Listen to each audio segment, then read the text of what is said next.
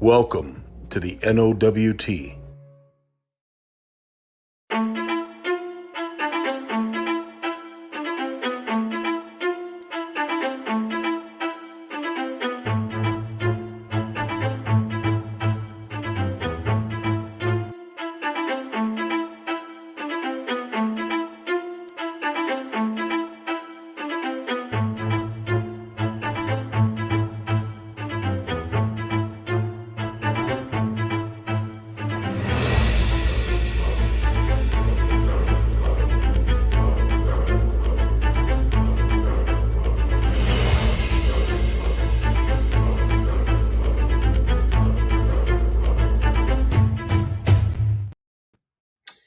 Good evening, and it is yet again the NOWT Power Hour, and let's bring in our co-hosts Nick Huxon and of course the one and only Dan Bacon. How you guys doing, my friends? Hey, nice to be back, Scotty. Thanks for having us. My partners in crime, we're back again, and happy Wally Wednesday to you both. Thank you, buddy. Same to you. Yes, sir. Yes, sir.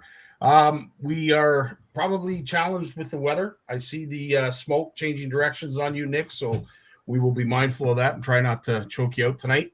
But I'm really interested in tonight's guest because new to the NOWT, did really, really well. And you guys are going to tell me a lot more about David. But as I said, a gentleman, the one time I did meet him up at the championship, very professional guy, and last minute was able to make himself available. And he looked like he just came out of court.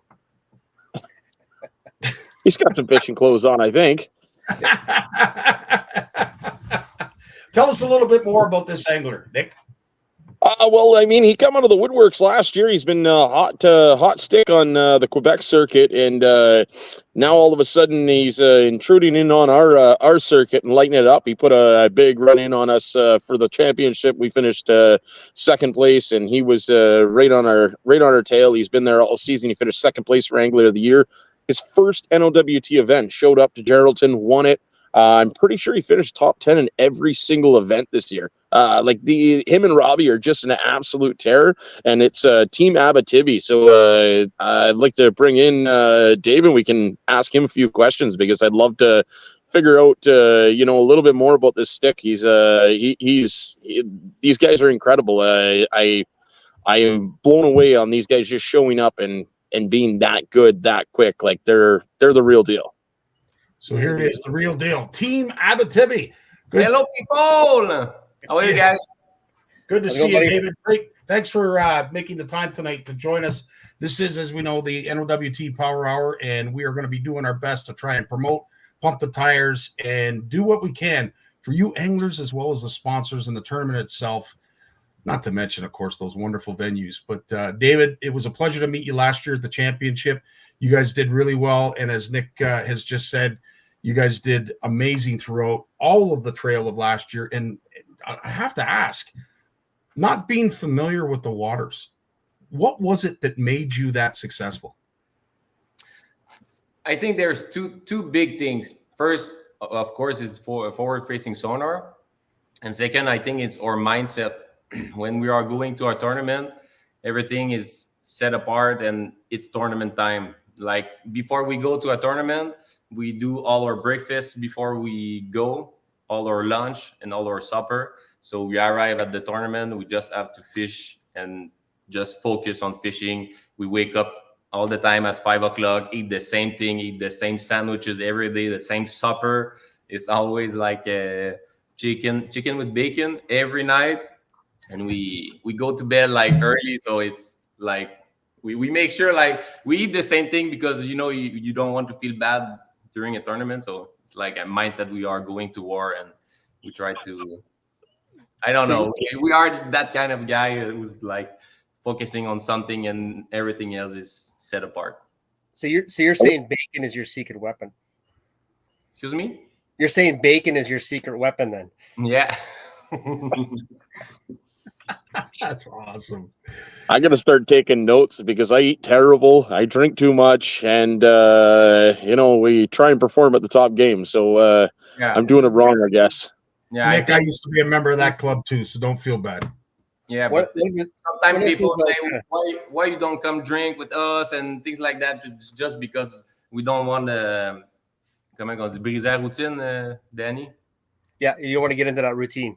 Yeah, so that's why we always focus, and I think it helps a lot because we just have like a horse and going that way, and I think it helps a lot. And the forward-facing sonar, we've been into that. Like when it came out, Robbie bought the pre-buy the live scope, and we went with that. Then we switched to a Lawrence active target, and then since it came out, we jump into it and we set everything we knew about fishing aside and focus on live scope, active target, and live. So yeah, I think all the year, every year we say like, oh, last year I was not good, and the year after, and it goes like that. So I think the forward facing sonar is very good, but it's a long learning, I think. David, because you are from Quebec, I'm interested to know what waters you grew up on, what waters you honed your skills. Is it very similar to fish Quebec waters as it is Ontario waters? Yeah, I think it's looking pretty much the same. Like we did a tournament like 2 years ago, and people were like, "How did you do that?" And like we never seen that in 25 years. It's because I think in our body of water we don't have a lot of big fish. We don't have quantity and lots of fish. We don't see that, and we always work hard every time we go out and fish for finding the one on the lake because there's no much. Then we are arriving on a new lake with a lot of fish. We are like, oh, there's one there. Oh, nice, another one there. So I think working on bad lakes help us to be good on better lake.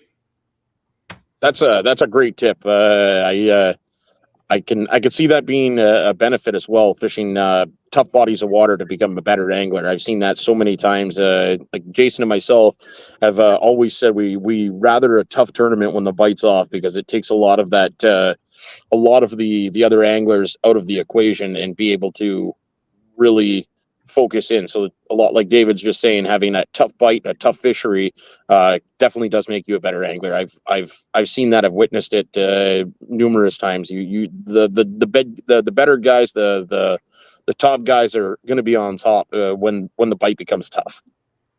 Absolutely.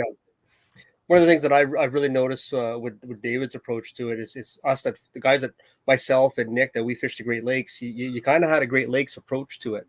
And it's kind of nice to see that everybody else picked up on that and realized that, techniques that it's interchangeable. But a lot of people have a mindset where if I'm on a big inland lake or small inland lake, these are the techniques, and it's not the same on the Great Lakes, which it is. And, you guys really brought that in. And also, like, it's interesting that you were kind of the beginning of that Quebec wave. We've seen a few anglers from you guys coming, and I'm kind of curious to what made you guys decide to jump into the NOWT side of things? That's a fun story. We didn't plan last year to do OWT. It's happened like that. We were ready. Like I said, we do all the lunch and supper before a tournament. We pack fuel and everything was ready. And we're supposed to go to, I think it was Festival d'Orée Bay James in Chapet in Quebec. And just like the Monday, they canceled the tournament. So everything was ready. And Robbie was sleeping at my house. And we say like, what we're doing now, everything, we just put like $1,000 of fuel and $300 of food and whatever. So we pick up our phone and say, okay, where we can go. Oh, there's a tournament in Ontario and NOWT, Geraldton. Okay, I've never been there, and I don't know where it is anyway. So we text somebody at the Geraldton NOWT, and she said to us, no, the tournament is full. You have no more place to register.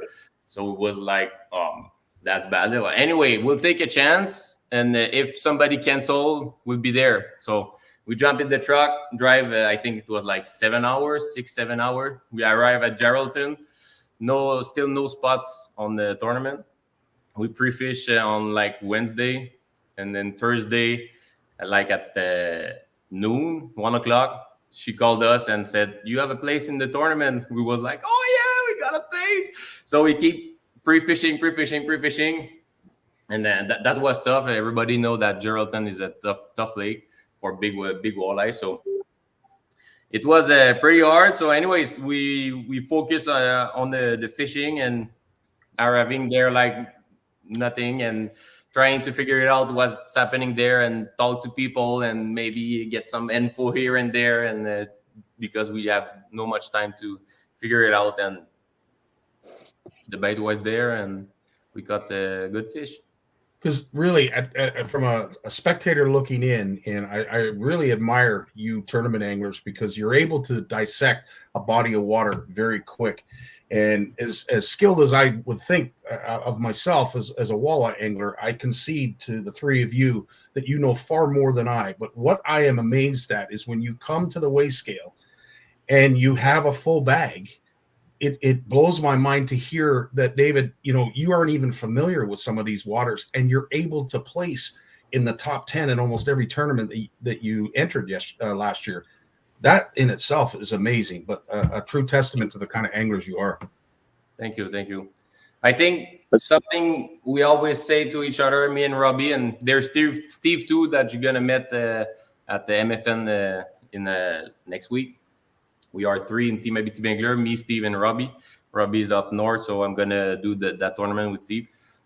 Every time we arrive on a new body of water, we try just everything. We forget what we know pretty much and just see everything we can see, like shadow, weeds, any time during the year. It's summer, we go in the weeds, we go see everywhere, and that way we find to get a pattern or something. And there's something too. I have a very good friend. It's Mathieu Danseau from Agence Évasion Nature from Quebec. Is a very, very good angler, and every night I call him and just, okay, I saw that, I see this, what's happening? That's going bad, help me do something. And he's very nice with me and Robbie and Steve, and thanks to Mathieu, it's parts of all small things that make us did great last year. So for those of us that don't know, explain what Team Abitibi is, like what that is with you three guys. Yeah, Team Abitibi Angler, I started in 2019 alone with my 14-foot boat with a 15 HP kicker, anyways. And like I said in life, when I do something, I put everything aside and I do something. So I started recording myself, do video, and everybody was like it and follow me and encourage me to go. And so that way I did like a season. Then Steve came with me. We started doing some video just for fun, playing, fishing and having fun and putting video on YouTube and everything. And keep going like that. More sponsor, and people like the video we did. So after that, Robbie come in the team, and we decided to start tournaments 2 years ago. That's incredible. So for 2 years of tournament fishing, you've had the success that you've done. I followed you prior to you showing up to the NOWT as well. I've seen the name Abitibi Anglers. I have a little bit more of a following, and I've been paying a little bit more attention to the Quebec side of things now that I work for a Quebec distribution company.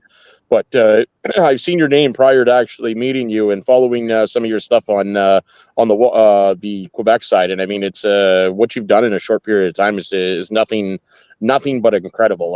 For guys that have fished tournaments and people that are listening that might not do tournaments, it's not. I've always said it's like showing up to a hand of blackjack and in your top positions. It's like putting a hand of money down. We put a lot of money involved into these events for some guys, like you just mentioned, thousands of dollars in fuel and whatnot to show up to these events. It's to get your payback. It's like playing blackjack and having only 21, 20, and 19 make money and dealer never busts. So having the confidence to go out to show up and and do what he's done in the short period is incredible. It blows my mind. I have so much respect for them. Those Abitibi guys, they're all of them. They're class acts. We've had a lot of good conversations there at the last of the championship, and they've grown to be friends of us and part of the community of the NOWT.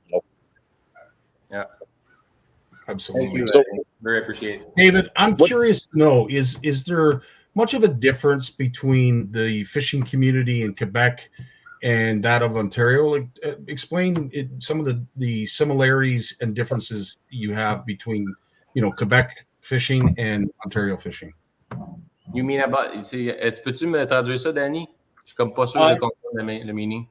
Il veut savoir si la communauté c'est différent au Québec ou Ontario entre les pêcheurs. Okay, I see in Ontario is just incredible. Like I was in the past, I was working in mining, underground mining, and I work a lot in Ontario and Yukon and everywhere. And there's always like I don't know, in mining though, always a fight between Ontario and the Quebec guy. But in the fishing industry, man, I was blown away. We arrived like the first tournament, all the people just like called us, hey, you're coming, come at my house, you can put water into your RV, come sleep at my place. If you need something, I'll be there. Hey, do you come at the next tournament? You can come at home. And I was like, me and Robbie was like, oh my God, those guys are so nice. Never, sorry, but never we're gonna see that in Quebec. Your guys are awesome and always ready to help us. And we sometimes I say with Robbie, not to be prétentieux, comment on dit ça? C'est ça encore? Prétentieux, not la big head, I don't know. Oh, it's arrogant. Yeah, I don't want to be arrogant, but sometimes with Robbie, like we said, they want us to go at their tournament, and we do great. So what's happening there? So your guys are very awesome, and thank you for that. For sure, we are coming back just pretty much for that because we met good friends, and your guys are awesome. Seriously. Well, and we love having you too. It's it makes, like we mentioned this in the championship where you were on our tails for Angler of the Year points with Jason, and you guys made us fish harder. So what it does is it makes, when you get competition, it's like playoff hockey. You have you're fighting for something, you're trying to win. Like I've mentioned in almost all the podcasts, I'm the best loser on the NOWT when it comes to, I'll shake your hand, I'll be the first one up there to give you a big hug if you beat me in a tournament, but I'm going to do everything in my power not to. And that just proved in the championship. We fished so hard because we knew there was those top 5 guys that were after day one. That's an elite crew. You had Team Abitibi, you had Miguel, you had Kevin and Steve, you had us, you had Jesse Deschamps playing Portalace, and it just that crowd was an elite crowd that was up there in after day one. And I mean, that fire drives through your veins. We're all competitors. We're all friends, but we're all competitors. It's we're all trying to beat one another, but we can celebrate and have a beer afterwards and enjoy the time. So that's why I think we want to see you continue having you on the circuit. You guys you bring something new to the table, new element, new part of that game. Something, it's fresh, it's new. You guys are, it's raw talent. You put pressure on myself for this year. Pardon me? You put pressure on myself for this year. And that's how it should be, right? In a competition. Danny, I go fishing with Danny lots down at his places over there on the weekend, and he makes me fish harder. I try and fish harder on his body of water to try and beat him. It's and it happens sometimes, but a lot of times he kicks my butt too. So it's those friendly competitions as well. What tournaments are you doing this year? We're gonna do the MFN first for sure. Then the next one's gonna be, because we are planning to do some in Quebec too, and sometime they happen in the same time. We are going to Dubreuilville for sure for the championship, and the other one I think is Long Lac and maybe Geraldton with Steve. But I'm doing MFN with Steve, Dubreuil with Robbie, and Long Lac with Robbie, and maybe So or Geraldton with Steve. Excellent. So the Sault Ste. Marie event. Go ahead, Danny. Sorry. Sorry about that. I was just gonna say, like, so based on like the fact that you guys qualify for the championship, have you ever fished an event that has something like that? And like, what do you guys think about that? Il faut que tu me dises en français, je n'ai pas compris. Quand tu pêches les points pour le poignet dans le championship, aimes-tu ça? Tu vois ça au Québec, des tournois de même, ou c'est la première fois que tu pêches de même? No. We don't have we don't have that in Quebec. It's most of the time it's a First Nation tournament, so it's not planned at all or just a little bit. They are fun. They have a lot of money involved into that, but there is not like NOWT is very professional, and the only one in Quebec who is like pretty good is Festival d'Oré Bay James, and yeah. Robbie's just said that hers too. We're going to hers, but in Quebec we don't have that yet. And the money, I don't the money at the end. Prize. The prize. Prize pool. The price. It's good for the First Nation, but there's like one big tournament in Quebec, and all the other one are in Montreal for bass and things like that. David, I'm interested to know, is it difficult for a Quebec angler to get and gain sponsorship?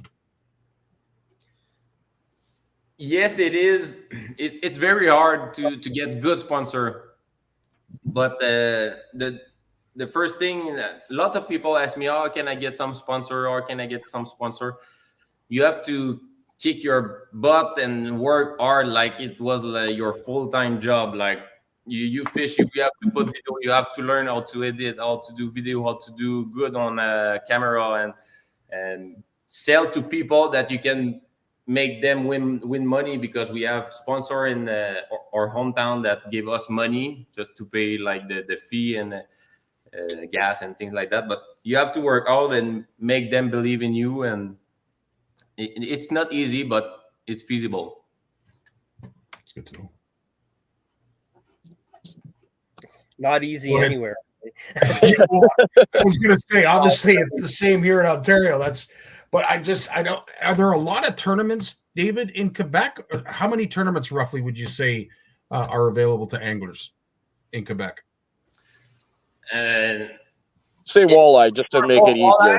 For walleye, there's one big one for walleye. There's one big one in Montreal, and then there's the Festival d'Oré Bay James. And all the other one is like small tournament just for fun here and there with like $1,000 involved or things like that. And but First Nation this year we were planning to go to Ujibougumu in Chapé, but they closed it only for First Nation. So I think this is the where they are going just to make tournament for First Nation. You also won Wiswanipi last year as well. Yeah, we won Ujibougumu, Waswanipi. I won one and Chisasibi too. We won a couple one. That's a fantastic season. That's 5. We went Geraldton Festival, Waswanipi, Ujibougumu, and Duncan Lake. Yeah. Well, we don't want you bragging, but I was just gonna say, now he's bragging, but he's definitely earned the right to brag. Right? You know, absolutely. When I look over at my wall, I just see nothing. C'est quoi ça veut dire bragging? So good for you, David. Good for you. Qualities of file to tabelish.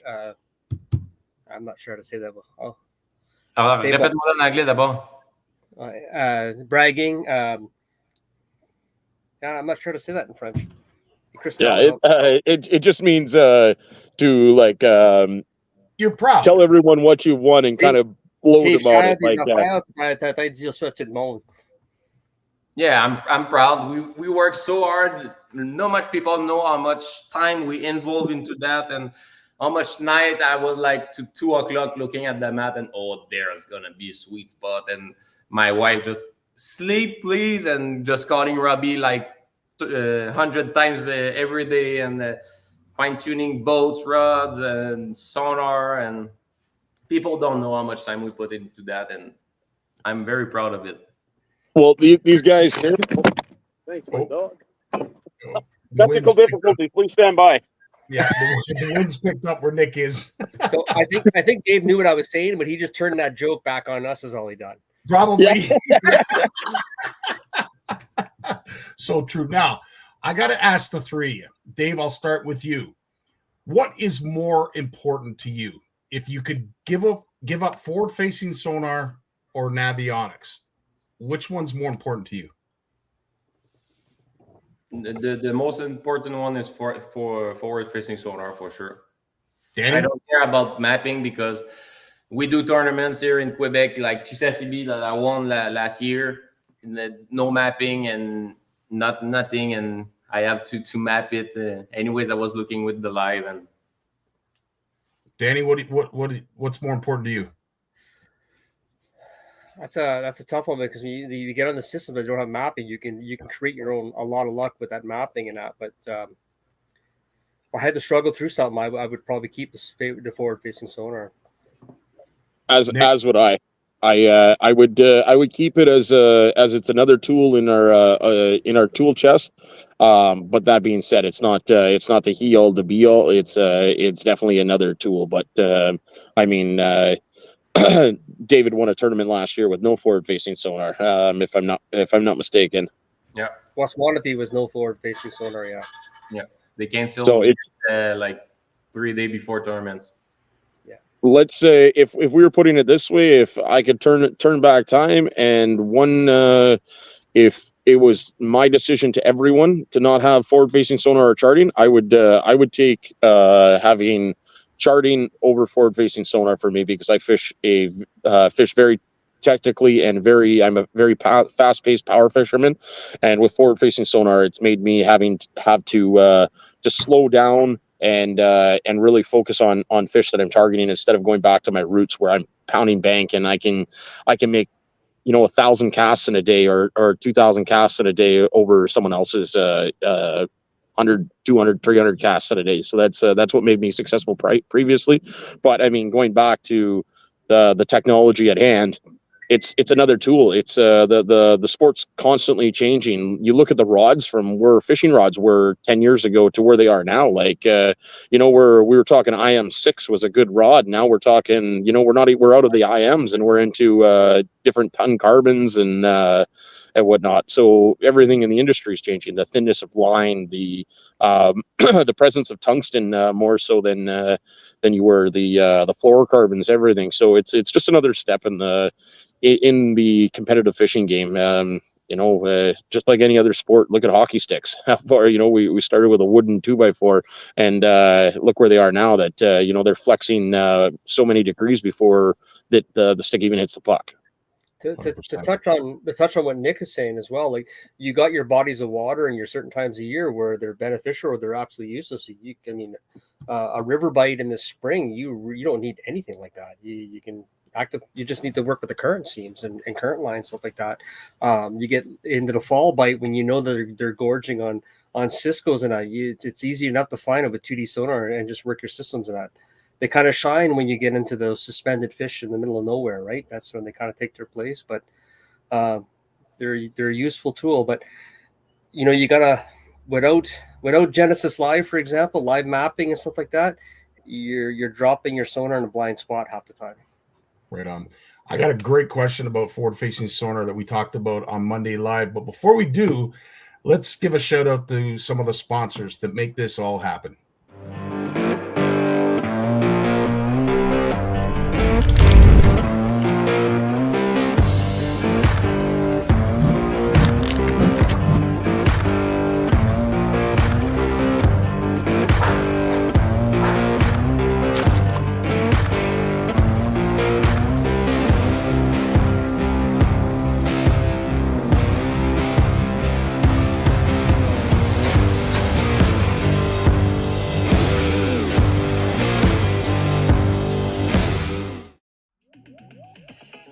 Mercury Outboards, set the water on fire. Prince Craft Boats, celebrating 70 years of boating. J&B Superstore, your adventure awaits. Raxfin, making the outdoors more fun. Eastview Chevrolet to get you there. And Garmin to get you home. and of course, all these generous sponsors.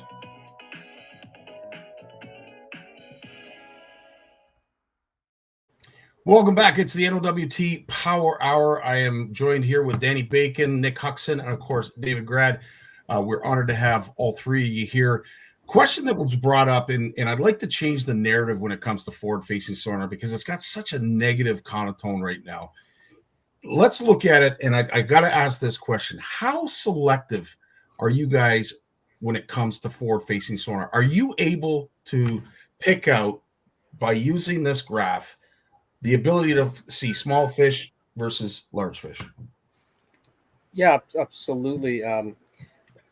In general, not only do we, it's not necessarily what we see on the screen that tells us that, it's their behavior that tells us that. You generally don't see 4 or 5 30-inch walleye stacked on each other. You know that they're probably going to be 18-inch walleye, which can fool you too. If they're tight, they look like one big blob and you think that's one big fish and you end up chasing them down. But you can absolutely chase down bigger fish with these if you want. It can be a devil in disguise as well, because as well as you're chasing that, it can just lead you into chasing your own tail. You can easily get caught up on what you're doing and not paying attention to actually fishing. Chasing a catfish for 4 hours. Exactly. You don't know the species, right? I know catfish have fooled me many times. They're the big channel cats suspended over deep water. You see that in the Sioux every once in a while, and you're like, "Oh, I found them! I found the tournament-winning fish." They look the same as a walleye. A lot of times you can tell the difference between species as well on you know what you're looking for and spend a lot of time doing it. You can generally have good hints on what the species are, but every time I run into channel cats, I cannot tell which. Like, they look like walleyes, and when you hook them, they fight like walleyes, and then you see the big gold flash down there, and all of a sudden they come up and they're burping at you and growling. Yeah. I've run 2 days of a tournament chasing sturgeon with Robbie and Steve at the was 20P 2 years ago.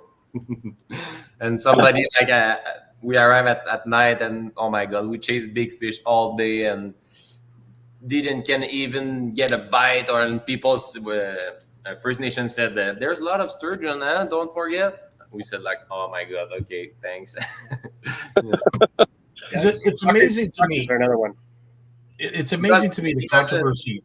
Sorry, guys. It's amazing to me that the controversy that's been stirred up because of forward-facing sonar, and as Moose went on to say on live, a lot of it is folks who don't understand it, don't know how to use it, and are maybe a little long in the tooth.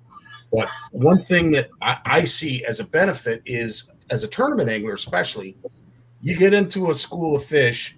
You might want to drop a line just to make sure you're spotting the right species, maybe, the right size. At the end of the day, you don't have to sit there over top of a school and spend a lot of time on that school. You can literally just drive around and find fish. Would you guys agree? Yeah, and the difference too is when you start talking about recreational guys and tournament anglers, is that, we put in 10 times the amount of hours on that. Like, when everybody's in the little basins here working on a hot bite, that's when I'm using new baits and new technology. That's when I'm practicing that stuff for these tournaments so that I'm ready for those tough bites.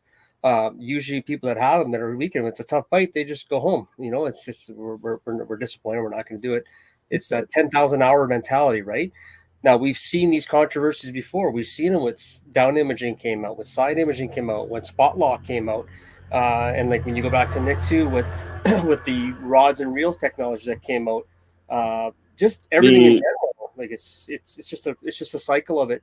I understand the 300 horsepower engines, the fiberglass boats, you get the 300 horsepower, the fiberglass boats, you got the side imaging, and sorry to cut you off, Danny. It was just adding to that, but it's all part of that sport, the ever evolving sport. We can have this argument and beat our heads against the wall trying to tell people that it's the best thing in the world or it's the worst thing in the world, but I don't use it a lot of times when I'm fun fishing. I don't put it in the water. I'll keep it in just when I want to go out and enjoy fishing. It's a tournament tool. It's a tool like you're not going to put a governor on your 300 horsepower engine. You're going to run it wide open. You're going to run it to get to your spots faster. It's just an advantage to being able to. And that being said, there's a lot of tournament guys that have won in with a 90 horsepower.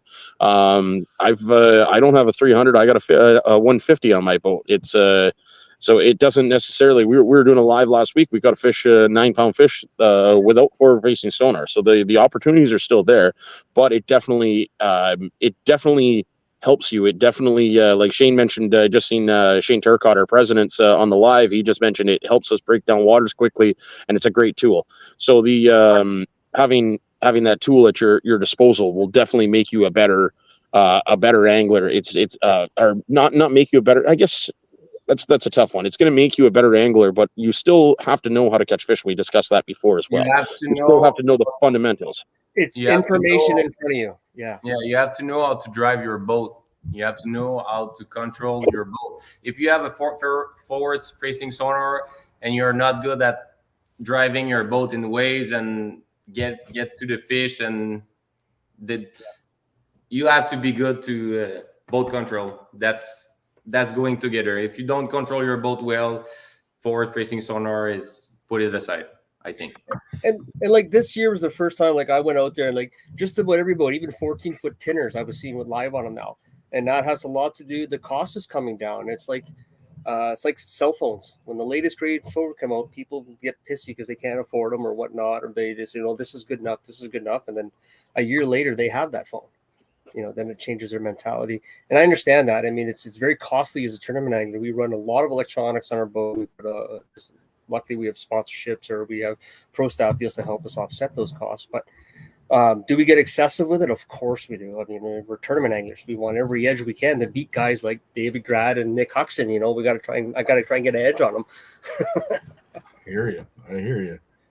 Gonna need a lot more graph, Danny. I have to ask, with the price coming down, as you mentioned, Danny, is this going to open the door for just about anybody to possibly get this on, and perhaps once it's on everybody's boat, we're not going to hear any more of this controversy? I think so. And like realistic, Garmin's got an edge in this. I feel like, even though I'm a Lowrance guy, you can still run the old Panoptics on them, and you can buy those units for like $500 now. Like you can buy them quite a bit, and guys are dumping them for less. So, and they pretty much work with every unit. So yes, the quality isn't the same as say I can't remember what their transducers are called, the 32 and the 34, but they're still a useful tool, right? But you still bump into those people. It's like, oh, I got live now, I'm going to get this figured out, and their success rate hasn't changed. They don't put the effort in to learn it. I gotta ask. You got a hot date tonight? He's interrupting. Would you, as a tournament angler, like the number of units on a boat limited or wide open? I think it's wide open. It's a matter of what you're willing to put towards it. I started, like I said before, I started in a 16-footer with one HDS7 that didn't even have down imaging, and I got I won a little bit of money. But I was getting my butt whipped most of the time. It's about evolving into the sport. I got five units on my boat right now, and I got two live units. It's a matter of just evolving with the sport and getting better. Like I started a lot of the locals and stuff that maybe they feel like they're out of it or whatnot. Use this as a learning experience. I started the same way. I started with a 16-foot boat, and it's actually just over here. I got to redo the floors in it probably in the next couple of weeks and have it back on the tournament circuit. Well, maybe not quite, but I'll have it back up and running for my small lake experience. But I started in the same route. Danny started in the same thing. David just mentioned the exact same thing. He started with a 14-footer with a 15 horse on it. We've all been there. We all started grassroots. Everyone used that gateway drug lure, that half a crawler and a red and white bobber sitting on the surface. Scotty, you've been there too. You started the exact same way. Any angler that has gone from the level where starting point to where we are, there's very few out there that are successful that just all of a sudden went out and bought a Ranger 620 with a 300 on it and started winning tournaments. That doesn't happen. You grow with the sport, you evolve. We've mentioned many times, you ask anglers, like David mentioned earlier in this live, that he asked, guys were helping him, he asked questions, guys gave him information, and it went towards winning a tournament, and guys still will talk to him. I'm still gonna, we've had a conversation backstage about Sault Ste. Marie, and he's concerned about, because it's big water, but it's not big water. It's not, I wouldn't say that the wind blows up any bigger on any other system that we fish in the NOWT. I run it in my 18-foot boat. I've run it in my 16-footer many times, and I've never had any conditions where I felt scared, where I felt like this is too dangerous to go out in. That's never happened on the same areas. It's happened lots of times on Superior and Lake Huron for me, where I'm like, ooh, this is not safe. We should get off, but never on the St. Mary's. So it's a matter of the dogs are going nuts. But yeah, so there's where I was going with this is we talked backstage about like giving him information on Sault Ste. Marie. I sent him a map earlier on a month and a half ago of a screenshot of an avionics with a bunch of X's through it, a bunch of circles around it. And I give him an update on, don't fish here, don't fish here, don't fish here. You're wasting your time. A tournament may be one there, and I don't know. It's but I'm 99% sure that it's not going to be one there. I feel you're going to be wasting more time, especially your first time on that body of water. So we talk amongst each other. We're here to help as much as we are here to win. It's I want to beat David and Danny and anyone else at the top of their game, not trying to pull the wool over their eyes and get them on a quick one. That's not winning. That's not like someone has a fish that's dying. I'll absolutely do whatever I can. Like if they need to jump in front of me, take my boat number, whatever possibly you can do to win. Like I don't want to win against someone that is struggling and had that bad call, if you know what I mean. It's beat someone at the top of their game, and then you're a champion. You beat someone at their worst, you're no further ahead than you were before you fished the event. 100%. David, I got to ask, in walleye tournaments in Quebec, is live bait allowed? No, we can fish live bait in Quebec. I never fished in my entire life with a live bait. Never. So in the NOWT, do you use live bait at all? I tried it, but for me, it's a waste of time. Wow. Yeah. Wow. You're never going to see us with live bait in a boat. We tried it in Geraldton because it was the first time. Oh, man, we can fish with live bait, man. Of course, we're going to go buy some live bait, and you have to take care of them. They are dying. You pitch them against a soft bait, and I think I'm working a soft bait better than a live minnow, and I have more success with. You have to be confident in what you are fishing with, and I'm not confident fishing with a live bait. Danny, I will ask you next when talking about live bait, and of course, the restrictions seem to get worse and worse. It's intriguing to me that the NOWT still has the ability to use live bait. Do you see it if, for whatever reason, we get down a couple years, maybe 5 years down the road, and live bait is not allowed to be used like it is in other provinces in this country? Do you see that having an effect on the NOWT? Absolutely, I do, and it's going to be an asset to have live at that point. But I'm a live bait guy. I love live bait. I have a lot of things, and again, it's a confidence bait. I know when I pitch that, and if there's a 30-inch walleye around, I'm probably going to hook into it. It just provides it, but it has its place. In times where like Nick has said, where he's come here and he's really dominated my performance, it's because he was using plastics, and I'm not as strong on plastics as some other guys are. I'm forcing myself to learn that. That's another skill set that I need to learn. And I push myself now to learn that. Eventually, it'll get to a point where we're going to become like, my wife loves using artificial baits. She would rather not use live bait at all. But our success has been better with live, so that's what we use. But when it comes tournament time, whatever I'm allowed to have in the boat will be in my boat, because you don't know when it's going to be an asset. And if I don't have to use it, perfect. But I think it's going to come. I think inevitably, especially in Ontario, the way things are going, I have my own opinions on that that we've shared privately, but I definitely think it's coming. Yeah, I agree. Nick, would it change your style at all if they? No, I hate live bait. I hate it so much. I don't like touching it. Danny tried giving me live bait on the weekend. I wouldn't put it in my boat. It's icky. It stinks.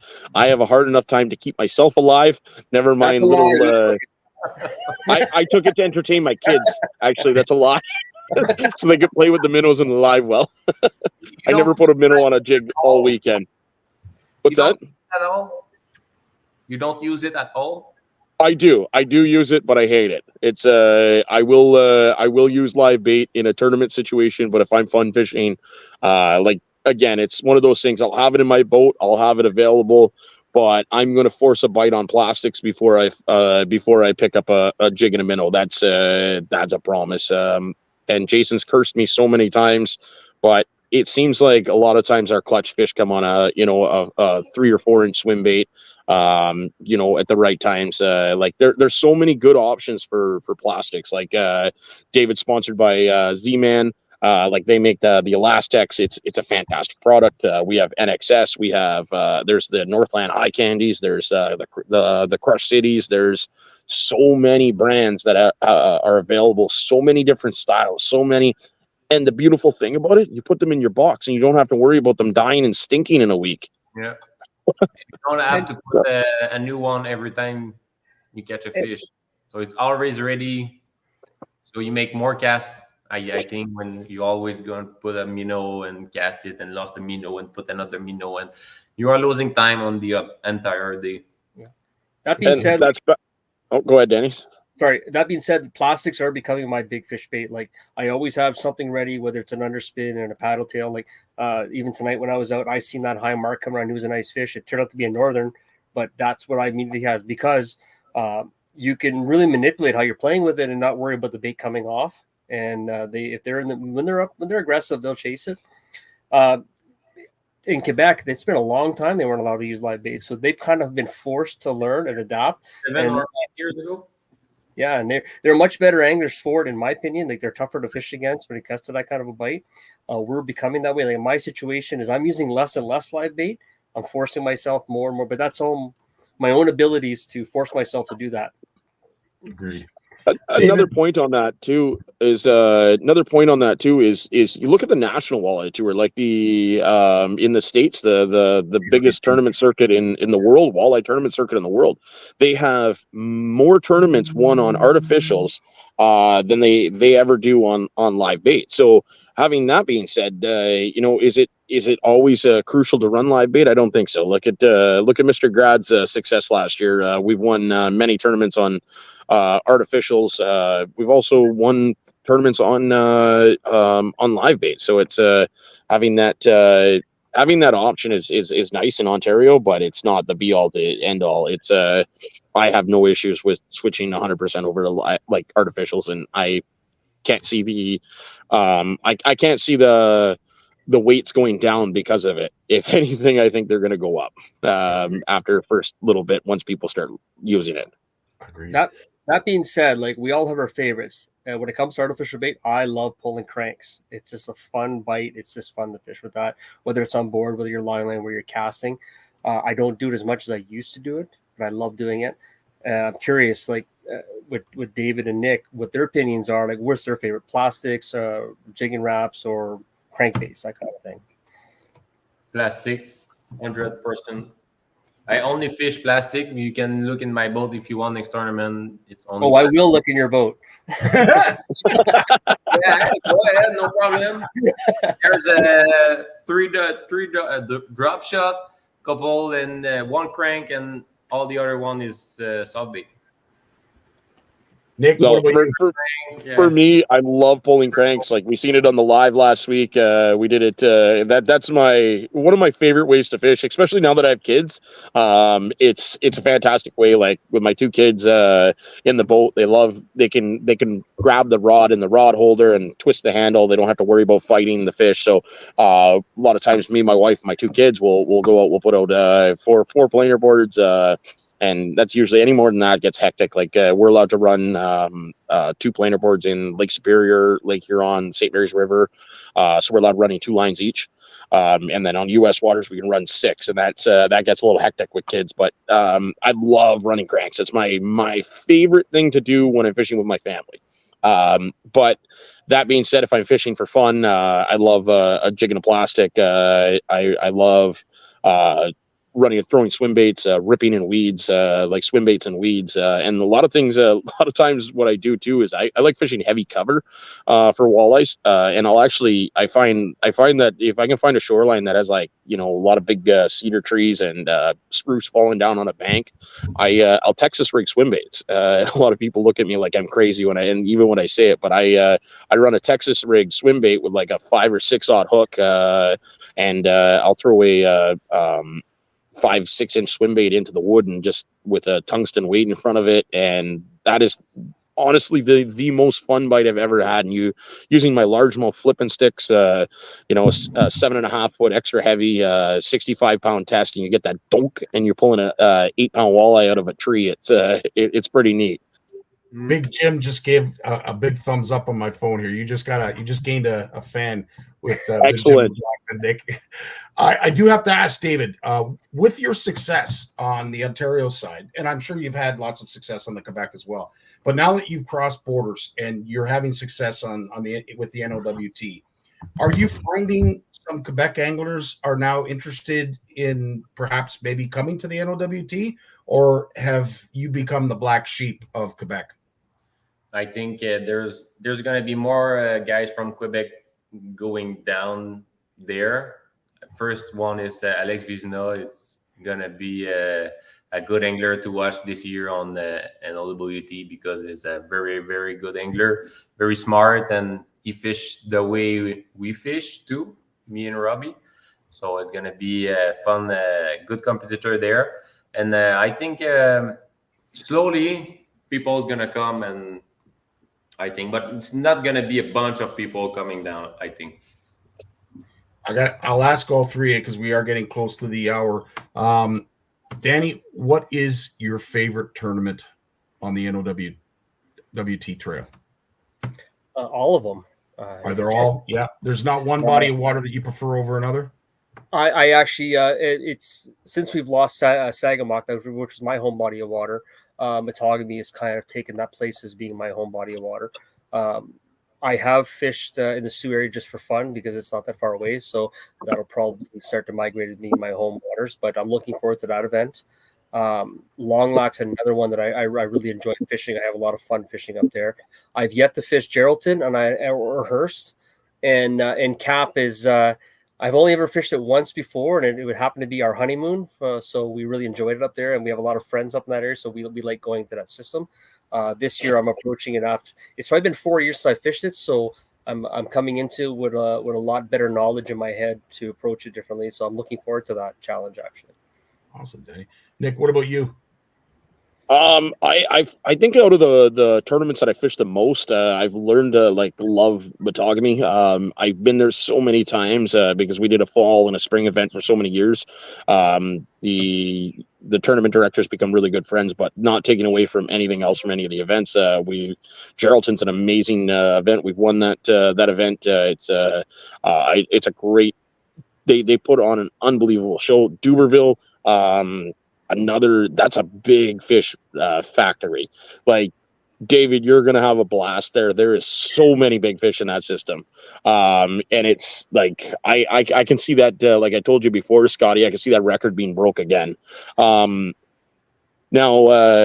you got Hearst, which is I haven't fished Hearst yet. Hearst is from what I've heard from everyone, it's a fantastic tournament. Kapuskasing, another great event. The only downside to Cap is the dirt road, but other than that, the tournament, the hall, everything else on the that's not the tournament's fault. It's just where the location is. But the event itself is fantastic. It's run professionally. The Long Lac, fantastic. Like everything's right there, downtown Long Lac. It's you pull out of the weigh-in station. Everything's right there in a marina. Like there's no bad thing to say about that either. Sault Ste. Marie, we had a great event there before. There was a lull in anglers. I think the younger generation, like myself, I was 24, 25 years old. I think the last time it was run 8 years ago or whatever. I can't remember exactly, but I was a young kid. I didn't have a boat. I didn't have like a proper boat. I didn't have a lot of things, and there was a lot of guys that are now into those boats locally in the area that have the ability to fish it. So I think that the numbers were down a little bit in that, and as well as a lot of the tournament guys didn't have the boats that they do. There's more big boats on the systems. Like I remember pulling up when I started fishing a 35. I had a 35 and I looked at the 150s and I was like, wow, those are big boats. And then all of a sudden you see the 250s and then the 300s and the 350s and then, the 400s plus. So there's a lot more firepower on the sits, like on the tournaments and whatnot. So I think that's the Sioux's going to be an amazing event. So I'm really looking forward to it. It was ran professionally. We have a great big stage, a giant tent that's downtown, the Roberta Barnard Pavilion, that we host everything under, rain, shine. It's going to be a great event. There's others I'm missing. They're all good. Everyone has its plus. Everyone there's nothing to take away from any event. What the NOWT does and what these tournament directors and volunteers do is incredible. That's awesome. David, with your short stint on the NOWT, is there one body of water you prefer fishing than another? I think I love them all because it was every year new and the show and the people and everything. But I think Matagami in fall was a lake that I really like. But I'm not scared, but it's gonna be different for spring because I'm a deep water fisherman, and in the spring I always have a hard time, but we're gonna work hard. That's awesome. Gents, it's almost the hour. Any parting words before we wrap this up? Danny, you want to go first? Great time as always, and I was really happy when I seen the list and David was coming on. Like I said, he put on quite the show last year. We really didn't get to talk until the fall Matagami, which was just an amazing event last year, and I get to see what the performance that they put on. And I didn't do anything to slouch in my own efforts, and I wasn't even close to these guys. Like, they were just phenomenal. Like this, it was wild to watch. So I can't wait to see if I can give them a run for their money this year. That's awesome. Nick, you're up next. A couple cool things with the NOWT. We got new sponsorships. We got Whitewater. We got Costa Sunglasses have confirmed a deal with them. NXS Fishing. We're going to be doing some pretty cool stuff with sponsorships for them on the circuit this year. So those are brand new, confirmed this week. So that's look forward to those new sponsors, as well as I know there's many others that have been rocking, and some of our, shout out to all of our other sponsors that have made this circuit run smoothly for so long. We got NXS is going to be doing we're going to do a little bit of a sneak peek here, but we're going to do Big Fish of the Year, $1,000 cash for the biggest walleye in the tournament circuit for the entire season. So whoever catches the biggest big fish of the tournament in all 14 days of tournament fishing wins $1,000 from NXS. So that's a huge prize package for us. And then there's going to be some awesome prizes like there is every year. Rackspin, JV Cycle, Mercury, Princecraft, Garmin. These guys they give it all to us. So it's going to be good. Right on. Well, David, it has been a pleasure to get to know you. I'm looking forward to seeing what you come up with. Although it is spring, I still think throwing plastics in shallows, you've got a great chance, just like any. But thanks so much for joining us tonight. Sure. Yeah, looking forward to meet you all guys there. Can't wait to see you, shake your hands. But we are going to bed early every night. So, can't wait to see you guys. Thank you for having me. It was a pleasure. Right on. Thanks for coming on, Dave. I appreciate it. Absolutely. And Nick, David, thanks so much. We will see you shortly I guess it's less than a week almost, really. Yeah. Even Sunday. Yeah, we're heading up Sunday, so we're Sunday, Monday, is that so? Right on. All right. In the meantime, drive safe. Hope everything goes well for you, Nick, and everything gets fixed. And David, as I said, thanks so much for your time. Really appreciate it. And of course, everybody that joined us tonight. We had a great audience, some great comments, but it's the anglers that buy in that is something that I truly love about the NOWT. You anglers make this tournament trail, and I can't thank you enough for all you do. Right on. Thanks, guys. That's a wrap. We'll see you next week. Bye.